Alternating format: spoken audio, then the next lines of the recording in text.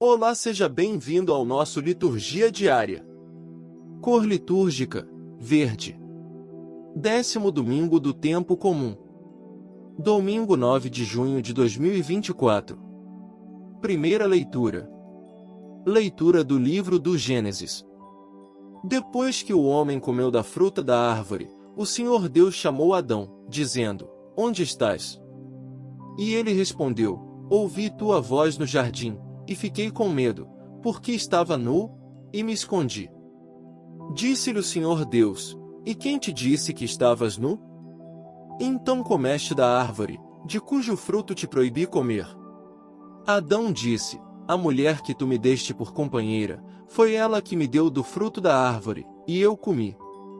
Disse o Senhor Deus à mulher: Por que fizeste isso? E a mulher respondeu: A serpente enganou-me e eu comi. Então o Senhor Deus disse à serpente: Por que fizeste isso? Serás maldita entre todos os animais domésticos e todos os animais selvagens. Rastejarás sobre o ventre e comerás pó todos os dias da tua vida. Porém inimizade entre ti e a mulher, entre a tua descendência e a dela. Esta te ferirá a cabeça e tu lhe ferirás o calcanhar. Palavra do Senhor. Graças a Deus. Salmo responsório. No Senhor toda graça e redenção. No Senhor toda graça e redenção.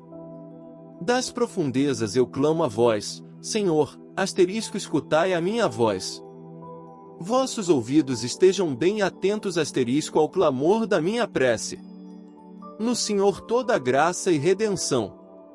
No Senhor toda graça e redenção. Se levardes em conta nossas faltas, quem haverá de subsistir? Mas em vós se encontra o perdão, eu vos temo e em vós espero. No Senhor toda graça e redenção. No Senhor toda graça e redenção.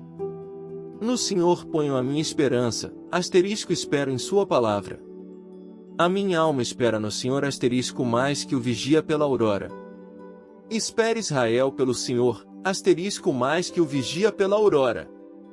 Pois no Senhor se encontra toda a graça, e copiosa redenção. Ele vem libertar a Israel, de toda a sua culpa.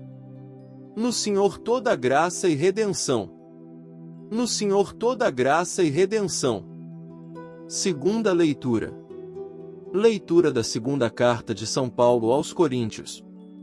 Irmãos, sustentados pelo mesmo espírito de fé, conforme o que está escrito, eu creio e, por isso, falei, nós também cremos, e por isso, falamos, certos de que aquele que ressuscitou o Senhor Jesus nos ressuscitará também com Jesus e nos colocará ao seu lado, juntamente convosco.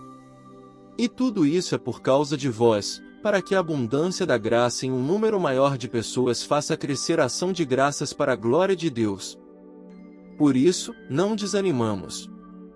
Mesmo se o nosso homem exterior se vai arruinando, o nosso homem interior, pelo contrário, vai se renovando, dia a dia. Com efeito, o volume insignificante de uma tribulação momentânea acarreta para nós uma glória eterna e incomensurável. E isso acontece, porque voltamos os nossos olhares para as coisas invisíveis e não para as coisas visíveis. Pois o que é visível é passageiro, mas o que é invisível é eterno. De fato, sabemos que, se a tenda em que moramos neste mundo for destruída, Deus nos dá uma outra moradia no céu que não é obra de mãos humanas, mas que é eterna. Palavra do Senhor. Graças a Deus. Evangelho. Aleluia, aleluia, aleluia. O príncipe deste mundo agora será expulso, e eu, da terra levantado, atrairei todos a mim mesmo. Proclamação do Evangelho de Jesus Cristo segundo Marcos. Glória a vós, Senhor. Naquele tempo, Jesus voltou para casa com os seus discípulos. E de novo se reuniu tanta gente que eles nem sequer podiam comer. Quando souberam disso, os parentes de Jesus saíram para agarrá-lo, porque diziam que estava fora de si. Os mestres da lei, que tinham vindo de Jerusalém, diziam que ele estava possuído por Belzebu, e que pelo príncipe dos demônios ele expulsava os demônios. Então Jesus os chamou e falou-lhes em parábolas: Como é que Satanás pode expulsar a Satanás? Se um reino se divide contra si mesmo, ele não poderá manter-se. Se uma família se divide contra si mesma, ela não poderá manter-se. Assim, se Satanás se levanta contra si mesmo e se divide, não poderá sobreviver, mas será destruído. Ninguém pode entrar na casa de um homem forte para roubar seus bens, sem antes o amarrar. Só depois poderá saquear sua casa. Em verdade vos digo, tudo será perdoado aos homens, tanto os pecados, como qualquer blasfêmia que tiverem dito.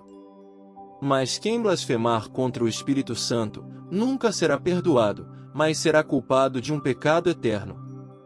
Jesus falou isso, porque diziam: ele está possuído por um espírito mau. Nisso chegaram sua mãe e seus irmãos. Eles ficaram do lado de fora e mandaram chamá-lo. Havia uma multidão sentada ao redor dele. Então lhe disseram: tua mãe e teus irmãos estão lá fora à tua procura. Ele respondeu: quem é minha mãe, e quem são meus irmãos? E olhando para os que estavam sentados ao seu redor, disse: aqui estão minha mãe e meus irmãos. Quem faz a vontade de Deus, esse é meu irmão, minha irmã e minha mãe. Palavra da salvação. Glória a vós, Senhor. Homilia diária. Rejeitar a salvação leva ao pecado contra o Espírito Santo. Ninguém pode entrar na casa de um homem forte para roubar seus bens sem antes o amarrar. Só depois poderá saquear a sua casa. Em verdade, eu vos digo, tudo será perdoado aos homens, tanto os pecados, como qualquer blasfêmia que tiverem cometido. Mas quem blasfemar contra o Espírito Santo, nunca será perdoado. Amados irmãos e irmãs, este é um questionamento que muitos cristãos fazem. Qual é o pecado contra o Espírito Santo? O pecado contra o Espírito é não aceitar a salvação que vem de Deus, ou seja, não aceitar a vontade de Deus, não aceitar Jesus que veio para trazer a salvação. Diante disso, a liturgia nos chama a olhar para a vida e o mundo cheios de confiança e esperança. Esperança em quem? Esperança no nosso Salvador Jesus Cristo, porque, do contrário, viverá uma vida de angústia, de depressão, de prostração. Por quê? Porque se não acreditarmos que o Cristo que foi enviado se encarnou, morreu, ressuscitou e está vivo no meio de nós pela ação do Espírito Santo, correremos este grande risco de não aceitar os planos de salvação para nós. O Espírito Santo nos conduz à fidelidade. Isso entristece o coração daqueles que experimentam Jesus e mudam de vida, mas porque não querem mais se comprometer, começam a voltar para as coisas que o mundo lhes oferece. E isso vai fazendo com que percam a confiança e a esperança. Mas Deus não se esquece da sua aliança. Quero trazer para você algo importante que diz: a nossa infidelidade não ofusca a fidelidade de Deus. O Senhor sempre vai permanecer fiel a nós. Ele sempre vai permanecer fiel à aliança que fez conosco através de Jesus Cristo, enviado para nos salvar, nos trazer liberdade, provocar em nós conversão, maturidade espiritual, para nos levar a progredir na luta contra o pecado e a renunciá-lo. Esse é o objetivo de Deus, que abandonemos tudo aquilo que ainda nos escraviza a este mundo.